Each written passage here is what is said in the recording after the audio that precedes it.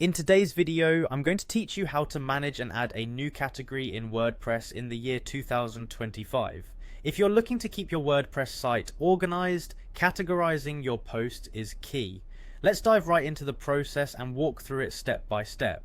First, you'll want to head over to wordpress.com using your preferred web browser. Once you're there, you'll see the option to log in. Click on login, and from here you'll be presented with several ways to access your account. For this tutorial, we'll choose to continue with Google. This is a convenient and secure way to log in, especially if you already have a Google account linked to your WordPress. Next, select your Google account from the list provided, or input your credentials if prompted. This should smoothly log you into the WordPress dashboard, where all the magic happens.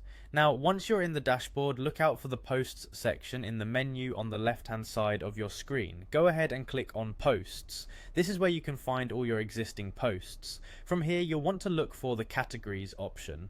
Clicking on Categories will bring you to a page that displays all the categories you currently have on your site, neatly organized on the right side. Take a moment to review these categories. They play an essential role in helping both you and your readers navigate your site effectively. Now let's proceed to add a new category. On this page, you'll notice a link that says Add New Category. Click on it and you'll be directed to a new form.